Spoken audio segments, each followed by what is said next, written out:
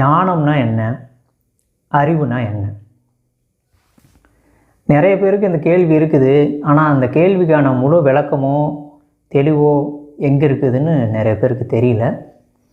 நிறைய புத்தகங்கள் வாசிக்கிறாங்க, நிறைய மத புத்தகங்கள் வாசிக்கிறாங்க, நிறைய உபதேசங்கள் கேட்குறாங்க. எல்லாம் இருந்தும் மக்களுக்கு இன்னமும் இந்த ஞானமுக்கும் அறிவுக்கும் இன்னும் விளக்கம் தெரியாமல் இருக்குது. அது யாரும் சொல்லலையா, இல்லை எந்த மத புத்தகத்திலும் இல்லையான்னு எனக்கு தெரியல.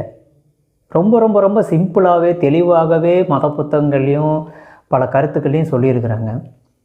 ஆனாலும் மக்களுக்கு இன்னமும் அந்த ஞானம் அறிவுக்கு விளக்கம் தெரியாமல் அறிவு தான் ஞானம்னு நினச்சிக்கிட்டு சுற்றிக்கிட்டு இருக்கிறாங்க.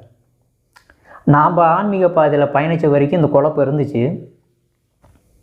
ரொம்ப ரொம்ப எளிமையாக சிம்பிளாக உங்களுக்கு நான் சொல்லிக்கிறேன்.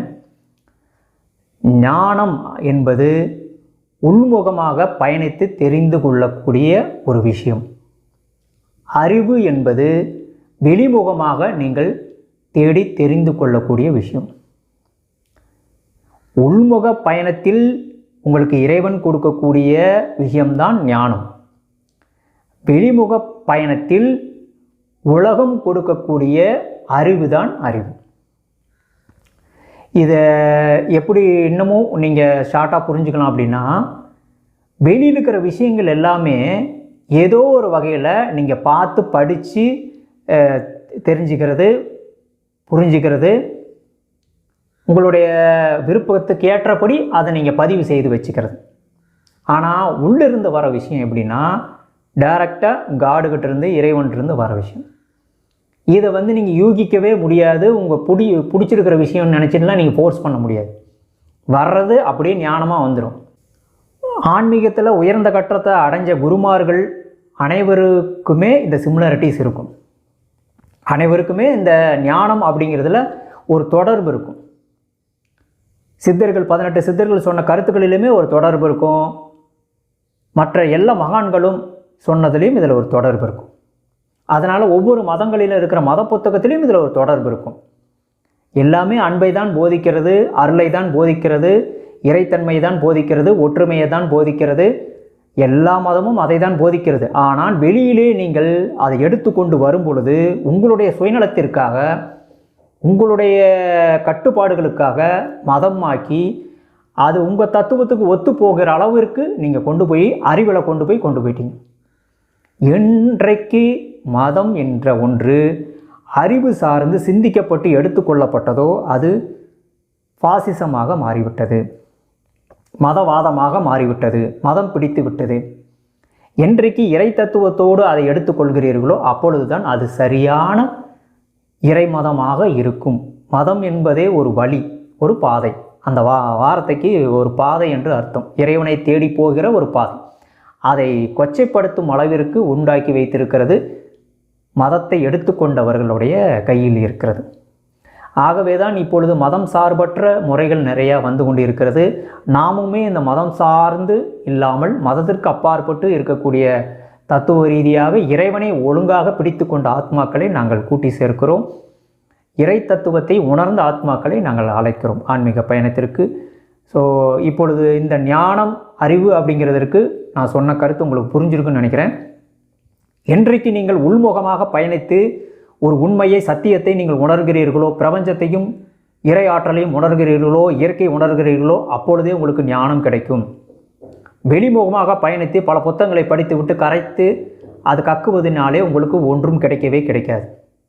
வெளியிலிருந்து கிடைப்பதெல்லாம் அறிவால் சிந்தித்து நீங்கள் ஏதோ ஒரு வகையிலே அது புரிதலோடு எழுதப்பட்டது.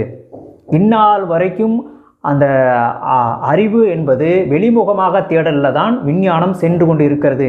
விஞ்ஞானம் என்பது வெளிமுக தேடலில் சென்று தான் இன்னமும் இறைவனை தேடிக்கொண்டு இருக்கிறது. இறைவன் என்பது இல்லை, இறைவ கருத்து என்பது இல்லை, அது எல்லாமே ஒரு எனர்ஜி, எல்லாமே ஒரு ஃப்ரீக்குவன்சி என்று சொல்லி கொண்டிருக்கிறார்கள்.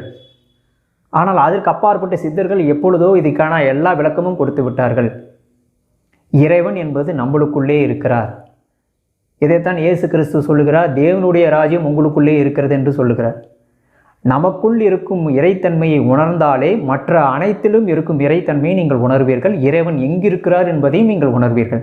அதை வெளியிலே ஏவுகணை விட்டு, ராக்கெட் விட்டு என்ன தேடினாலும் அங்கே இருக்கிற பொருள் தான் உங்களுக்கு கண்ணுக்கு தெரியும். பிளாக் ஹோல் தெரியும், பிளானட் தெரியும், ஏதோ உங்களுக்கு மில்கி வே கேலக்சியெல்லாம் கண்ணுக்கு தெரியும். இது கேமராவில் பதிவு பிடிச்சி உங்களுக்கு அனுப்பும். இதை தாண்டி இறைவன் எங்கே இருக்கிறாங்கிறதெல்லாம் கடைசி வரைக்கும் கண்டுபிடிக்க முடியாது. விஞ்ஞானம் ஒரு படிநிலையில் கூட இன்னும் கால் எடுத்து வைக்கவில்லை சித்தர்கள் ஞானத்திற்கு மத்தியில். ஆகவே இந்த தமிழ் மண்ணிலே மிக ஆகச்சிறந்த ஒரு படைப்புதல் என்றால் ஆதி சித்தர்கள் 18 சித்தர்களும் உண்டாக்கி வைத்த அந்த சிஸ்டம் தான். அதிலும் இயேசு கிறிஸ்து, கிருஷ்ணர், பாபாஜி போன்ற மகான்களால் இப்பொழுது சரியாக நகர்த்தி கொண்டு செல்லப்படுகிறது. அந்த அடிப்படையிலே நம்மளுடைய பாதையிலும் ஆன்மீக பாதையிலும் இயேசு கிறிஸ்துவும் பாபாஜியும் மிக அருள்பாலித்து உறுதுணையாக இருக்கிறார்கள். ஆகவே ஞானம் என்பதை நீங்கள் தெளிவுபடுத்தி கொள்ளுங்கள். ஞானத்தை நீங்கள் உள்முகமாக தேடினால் மட்டுமே கிடைக்கும், வெளிமுகமாக தேடினால் கிடைக்காது. வெளிமுக தேடலில் சொல்லப்படும் கருத்துக்கள் அனைத்தும் அறிவு சார்ந்தது. உள்முகமாக வந்தது மட்டும்தான் ஞானம் சார்ந்தது. அறிவாக இருக்கிறாங்க, ஞானமாக இருக்கிறாங்கன்னு எப்படி தெரிஞ்சுக்கிறது அப்படின்னா, பல கருத்து நீங்கள் கேள்விப்பட்டதாகவே இருக்காது. அவங்க சொல்கிறது ஆன் த ஸ்பாட்டில் அவங்க சொல்கிறது வித்தியாசமாக இருக்கும், யாரும் சொல்லியிருக்கவே மாட்டாங்க. அந்த கருத்து ஒரு விஷயத்தோடு நீங்கள் கம்பேர் பண்ணி, அதாவது சித்தர்களோட கருத்தோடு கம்பேர் பண்ணி பார்த்தீங்கன்னா ஒத்து போகும். சித்தர்கள் கருத்து மற்ற மகான்களுடைய கருத்து பெரிய உயர்ந்த கட்டத்தை அடைஞ்ச ஆன்மீகவாதிகளோட கருத்தோடு ஒத்து போகுமே தவிர நீங்கள் புத்தகத்தில் இருந்து தேடி கண்டுபிடிக்கவே முடியாது. ஓஷோ அவர்களுடைய கருத்துக்களில் நீங்கள் எங்கே போய் தேடி கண்டுபிடிப்பீங்க? ஓஷோ அவர்கள் அவர் பேசுகிறதே ரொம்ப ரொம்ப வித்தியாசமாக இருக்கும். அவர் ரிலீஜியஸ்க்கு ஆப்போசிட்டாக நிறைய கருத்துக்கள் பேசியிருக்கிறாரு. ஸோ மதம் மனிதர்களிடையே பிரிவினை உண்டாக்குகிறது என்று சொல்லுகிறார். அதுவே ஒரு அறிவு தான். பிரிவினை ஏற்படுத்துகிறதே அறிவு தாங்க. அவன் சுயநலத்துக்கு அவன் பிரிவினை ஏற்படுத்துகிறான். அறிவு தான் அதை சிந்திக்க வைக்கிது. நீங்கள் அறிவு சிந்திக்க தான் வைக்குமே தவிர மேலும் மேலும் உங்களுக்கு ஞானத்தை விட்டு விலக்கி சென்று விடும். இன்னசென்ட்டாக இருக்கணும், குழந்தை மாதிரி இருக்கணும், அப்போ தான் உங்களுக்கு ஞானம் கிடைக்கும்.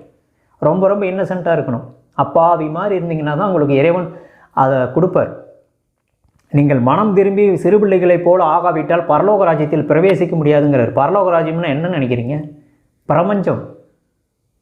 பிரபஞ்சத்தோடு இணைய முடியாது. ஹெவன் சொல்லுவாங்க இங்கிலீஷில். பிரபஞ்சத்தோடு நீங்கள் இணையணும்னா நீங்கள் குழந்தை மாதிரி இருக்கணும். குழந்தைங்க எப்படி இருக்குன்னு பார்த்துருக்கீங்களா? குழந்தைங்க எப்படி இருக்குங்க? அறிவோடு இருக்குங்களா? அது பாட்டுக்கு என்ன வேணாலும் பண்ணும், மோஷனில் விளையாடும், யூரினில் விளையாடும். அது என்னன்னே தெரியாது, அறிவெல்லாம் யூஸ் பண்ணாது. நீங்கள் தான் அது தொட்டா தீட்டு, இது தொட்டா தீட்டு, அவன் அப்படி இவன் அப்படி, அவன் ஜாதி இவன் ஜாதி, அவன் மதம் இவன் மதம்னு பிரிவினை உண்டாக்கிட்டு இருந்தால் அங்கே அறிவு வேலை செய்யுதுன்னு அர்த்தம். அறிவு வளர வளர அறிவு வந்துருச்சு, அப்புறம் ஞானம் போயிடுச்சு. சிறு பிள்ளைகளை போல குழந்தைகளை போல் இருந்தால் மட்டும்தான் உள்ளே போக போக போக தியானமோ பிரார்த்தனையோ ஆன்மீக பணியோ செய்ய செய்ய செய்ய உங்கள் ஆன்ம உருக்கம் இறங்க இறங்க கருணை அதிகரிக்க அதிகரிக்க அன்பு அதிகரிக்க அதிகரிக்க உங்களுக்கு ஞானம் கிடைக்கும். அன்பு, கருணை, தாழ்மை, பொறுமை, நிதானம், நேசிப்பு, இயற்கை விருப்பம், இயற்கை காப்பாற்றுதல், உயிர்களை நேசித்தல், இன்னமும் உங்களுக்கு பொறுமை, பலவிதமான ஆன்மீக ஞானங்கள் உங்களுக்கு கிடைக்கணும்னா உங்களுக்கு இந்த விஷயங்கள்லாம் இருக்கணும். ஸோ அதனால் ஞானத்திற்கும் அறிவுக்கும் இருக்கிற வித்தியாசம் இதுதான். ஸோ ஒருத்தர் பேசுகிற உபதேசம் கூட ஞானமாக இருக்குதுங்கிறத தெரிஞ்சுக்கிறதுக்கு இந்த நிலைப்பாடு உங்களுக்கு தேவை. ஸோ நான் சொன்னதில் இந்த கருத்தில் உங்களுக்கு புரிஞ்சிருக்குன்னு நினைக்கிறேன். ஞானம் என்பது உள்முக பயணம், அறிவு என்பது வெளிமுக பயணம். இதுதான் இதுக்குள்ளே இருக்கிற விஷயம். நன்றி, வணக்கம்.